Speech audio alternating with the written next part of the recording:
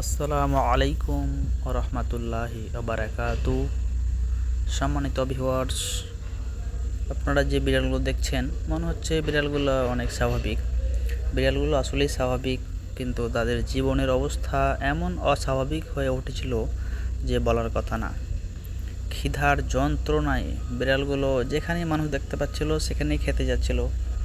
সেদিন অবশ্য আমার নাইট ডিউটি ছিল। নাইট ডিউটি থাকাকালীন অবস্থায় আমি খেতে বসেছিলাম। আমার সহপাঠীরা আরও অনেকে ছিল, কিন্তু কেউ কোনো কিছু খেতে দিচ্ছিল না সেই দিন। তো শেষ পর্যন্ত বিড়ালগুলো আমার কাছে আসে, এবং সেই দিন আমি রান্না করেছিলাম হচ্ছে গরুর কলিজা। তো বিড়ালগুলো দেখে আসলে মনটা আর মানলো না। নিজের খাবার থেকে কিছুটা কলিজা তাদের ছিঁড়ে ছিঁড়ে তিনজনকে খাওয়াইছিলাম। এবং বিড়ালগুলো যথেষ্ট তৃষ্ণার্ত ছিল। দেখেন, পলিথিনের মধ্যে পানি ঢেলে দিয়েছি, দেখেন কীভাবে চেটে চেটে খাচ্ছে। আসলে প্রত্যেকটা মানুষের উচিত এই কথা বলতে না পারা জানোয়ারগুলোর প্রতি একটু খেয়াল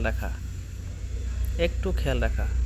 আসসালামু আলাইকুম ওয়া রাহমাতুল্লাহি ওয়া বারাকাতুহু।